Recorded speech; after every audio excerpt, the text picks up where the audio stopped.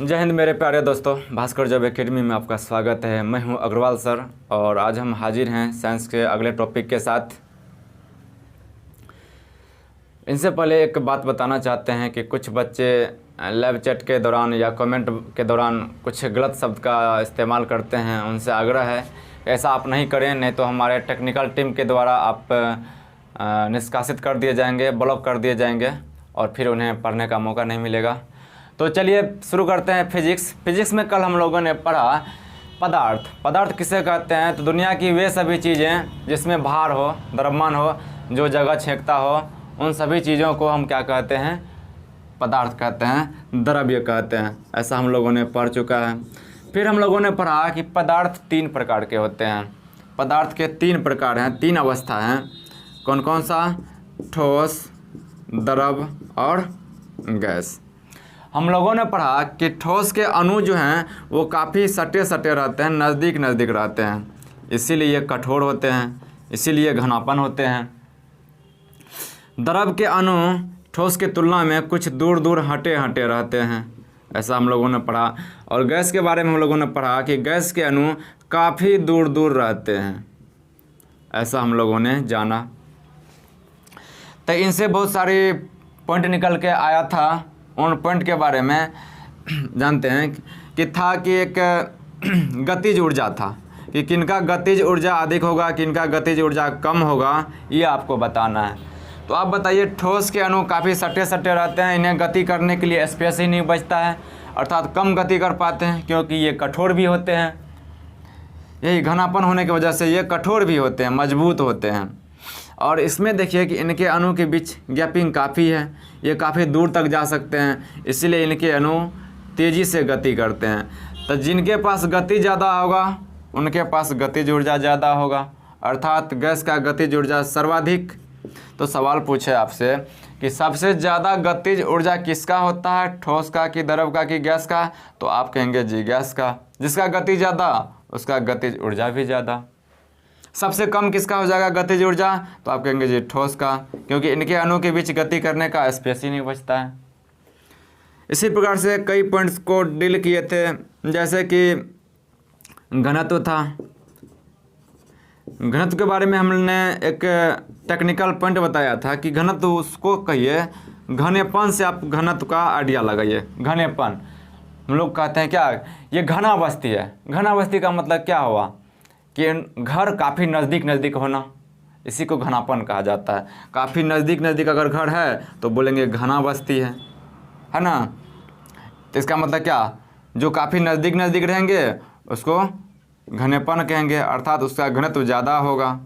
तो बताइए गैस का घनत्व ज़्यादा होगा कि ठोस का? तो आप कहेंगे जी ठोस के अणु नज़दीक होते हैं, इसका मतलब ये घनापन है, अतः ठोस का घनत्व सर्वाधिक होता है।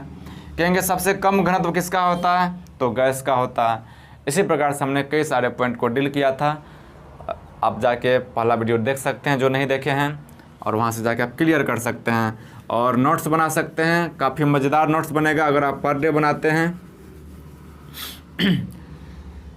तो कल हम लोगों ने पढ़ा कि पदार्थ की 3 अवस्थाएं होती है भौतिक वर्गीकरण के आधार पर। ये भौतिक वर्गीकरण का मतलब है कि बाहरी ढांचा के आधार पर, है ना।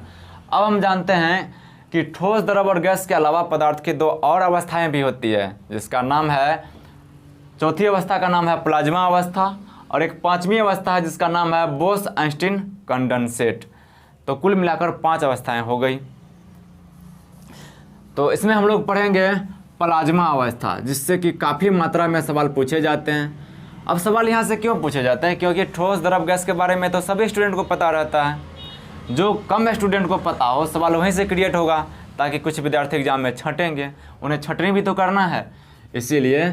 और ऐसा देखा गया है कि प्लाज्मा अवस्था से काफ़ी मात्रा में सवाल पूछे जाते हैं आजकल, तो इन्हें हम लोग अच्छे से पढ़ेंगे। तो हम जानते हैं कि प्लाज्मा अवस्था होता है क्या है।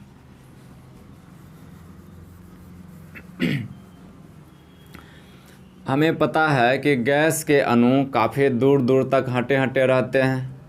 ये मान लीजिए गैस है, अगर इसको तापमान दिया जाए, उष्मा दिया जाए, इसको हीट किया जाए, तो बताइए अगर किसी भी चीज़ को गर्म करते हैं तो वो क्या होता है, फैलने लगता है, भागने लगता है, उसमें गति आ जाती है।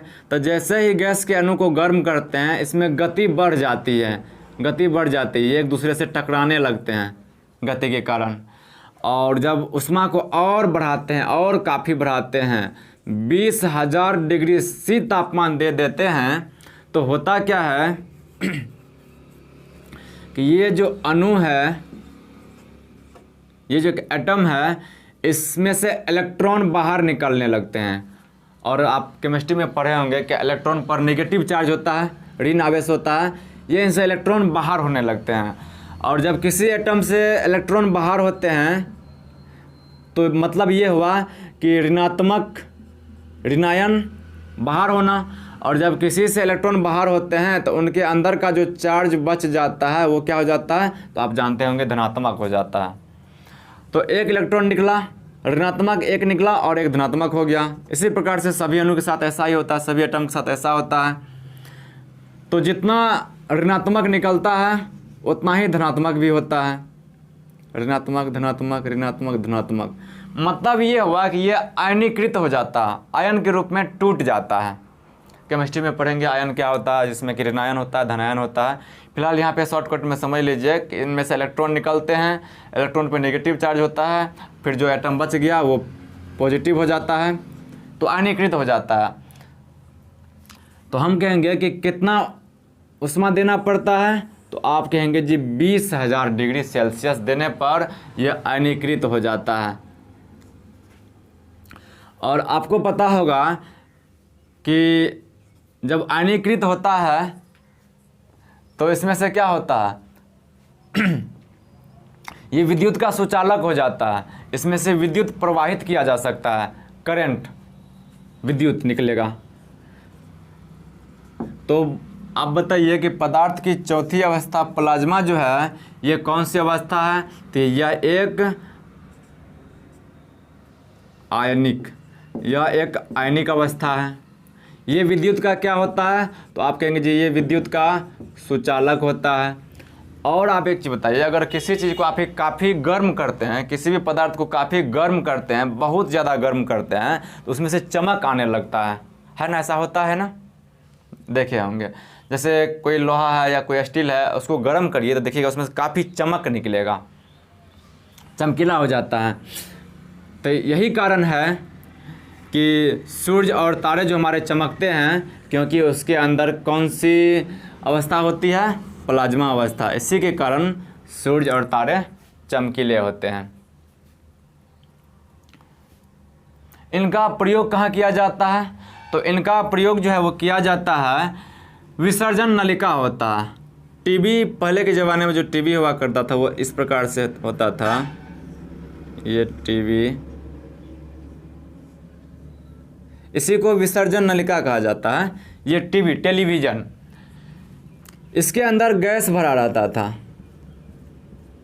आजकल भी होता है, कई घर में टीवी होते हैं गांव घर में, इसमें गैस भरा रहता था। यहाँ से जैसे ही करंट को प्रवाहित करते थे, यानी कि हीट करते थे, तो ये आयनीकृत हो जाता था। इसी प्रकार से माइनस प्लस ये होने लगते थे। और फिर ये कण जब आके इस पर प्रघात करते थे, यहाँ पे जो भी चीज़ लगा हुआ रहता होगा, इन पर जब प्रघात करते थे तो ये चमकने लगता था, और फिर यहाँ पे जाके कुछ और सिस्टम के माध्यम से ये चमकीला भी बनता था, और यहाँ पे वो हमारा फिल्म बनता था, बोले तो पिक्चर आने लगता था।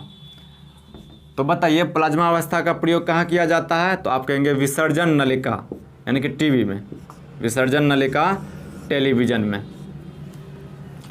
तो हमने क्या जाना, हमने अभी पढ़ा कि जब गैस के अणु को काफ़ी गर्म करते हैं, 20,000 डिग्री तक गर्म करते हैं, तो ये आयनीकृत हो जाता है। और इस अवस्था में जो अवस्था प्राप्त होती है उसी को कहते हैं प्लाज्मा अवस्था। क्लियर है? तो पढ़ते हैं प्लाज्मा के बारे में। यह पदार्थ की कौन सी अवस्था है, तो आप कहेंगे चौथी अवस्था। सवाल आपसे पूछे कि पदार्थ की चौथी अवस्था क्या कहलाती है, तो आप कहेंगे प्लाज्मा कहलाती है। बोलेगा प्लाज्मा पदार्थ की कौन सी अवस्था है, तो यह पदार्थ की चौथी अवस्था है। क्लियर? दूसरा है कि प्लाज्मा अवस्था का तापमान लगभग कितना होता है, तो 20,000 डिग्री सेल्सियस होता है। प्लाज्मा अवस्था का तापमान 20,000 डिग्री सेल्सियस होता है। अच्छा, ये एक कौन सी अवस्था है, तो ये एक आयनिक अवस्था है। उसके बाद प्लाज्मा का प्रयोग कहाँ करते हैं, तो विसर्जन नलिका में करते हैं और नाभिकीय रिएक्टर में करते हैं। याद हुआ। प्लाज्मा अवस्था विद्युत का सुचालक होता है कि कुचालक, तो आप कहेंगे जी सुचालक होता है, क्योंकि ये ऋणायन और धनायन होते हैं।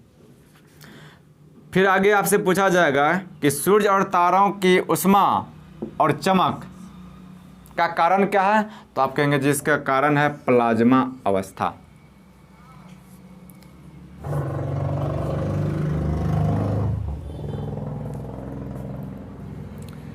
तो अभी हमने पदार्थ की चौथी अवस्था प्लाज्मा के बारे में पढ़ा। अब हम पढ़ते हैं पदार्थ की पांचवी अवस्था बोस-आइंस्टीन कंडेंसेट।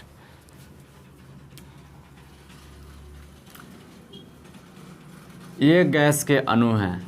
इन्हें जब आप कूल करते हैं, ठंडा करते हैं, यहाँ पे समझिए कि गैस के कुछ अणु हैं, ये दूर दूर तक रहते हैं।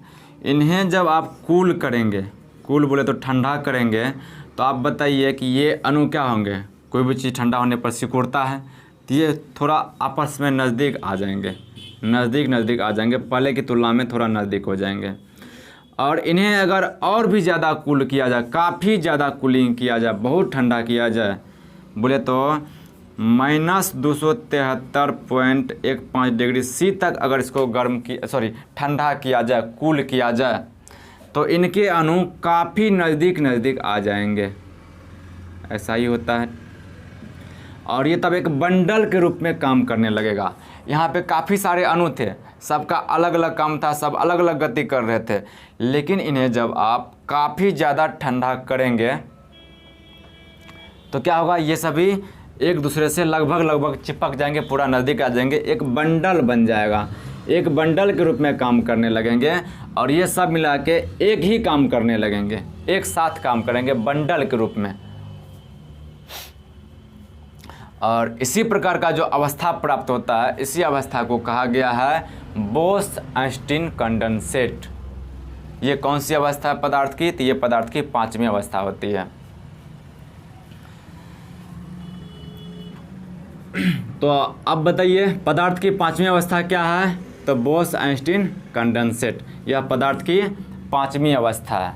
हमारे भारतीय वैज्ञानिक सत्येंद्र नाथ बोस और आइंस्टीन ने इनके बारे में रिसर्च किया। ये केवल लैब में ही प्राप्त किया जा सकता है, ये हमारे इधर के दैनिक जीवन में इसको हम प्राप्त नहीं कर सकते, क्योंकि इतना कूलिंग करने का साधन हमारे पास नहीं है, इसलिए ये लैब में ही संभव है। तो सबसे पहले हमारे भारतीय वैज्ञानिक, हमारे इंडियन वैज्ञानिक जो हैं सत्येंद्र नाथ बोस ने इसकी कुछ गणनाएं की, और उसके बाद आइंस्टीन का नाम तो सुने ही होंगे। आइंस्टीन जो वैज्ञानिक थे, उनकी मदद से कुछ बोस-आइंस्टीन कंडेंसेट को प्राप्त किया। इसीलिए इन दोनों के नाम पर इसका नाम रखा गया बोस-आइंस्टीन। देख लीजिए, ये बोस का मतलब क्या, सत्येंद्र नाथ बोस, और आइंस्टीन, ये आइंस्टीन, इन दोनों वैज्ञानिक के नाम पर इस अवस्था को रख दिया गया, इसलिए इसका नाम पड़ा बोस-आइंस्टीन कंडेंसेट। क्लियर। तो इनसे प्रायः उतना सवाल तो नहीं पूछा जाता है, बस इनमें केवल एक ही चीज़ पूछा जाता है कि पदार्थ की पांचवी अवस्था क्या है, तो बताना आपको सीधा सीधी बोस-आइंस्टीन कंडेंसेट। मेन है आपको पदार्थ की चौथी अवस्था, जो क्या है, प्लाज्मा। वो एक आयनिक अवस्था है, उसमें विद्युत का प्रवाह होता है, अर्थात विद्युत का सुचालक है। कहाँ पे काम आता है, नाभिकीय रिएक्टर में और विसर्जन नलिका में। उसका तापमान कितना होता है, 20,000 डिग्री सी। ओके, तो आप स्क्रीनशॉट ले लीजिए, या फिर हम आपको PDF भेजेंगे ग्रुप में, वहाँ से आप फेयर कॉपी कर सकते हैं। तो यहीं तक क्लास को रखते हैं। हमने पदार्थ की पांचों अवस्था पढ़ ली है। अब आपका काम है कि इनका एक अच्छा सा फेयर कॉपी बनाएं और इनका रिवीजन करें, और फिर एक दिन जब आपका ऑफलाइन टेस्ट होगा तो उनमें आप शामिल होएं और अपना परफॉर्म दिखाएं और शानदार यहाँ से प्राइज ले जाएं। मिलते हैं फिर। शाम को रीजनिंग के साथ VK भास्कर सर के साथ। तब तक के लिए धन्यवाद। और हो सके तो बीच में एक जो बोले थे हम एक अच्छे पॉइंट के साथ आएंगे, वो देखते हैं, उनका प्रयास करते हैं, नोटिफिकेशन मिल जाएगा। तो चलिए पढ़िए अच्छे से मन लगा के, लॉकडाउन का फ़ायदा उठाइए यूट्यूब के माध्यम से। धन्यवाद।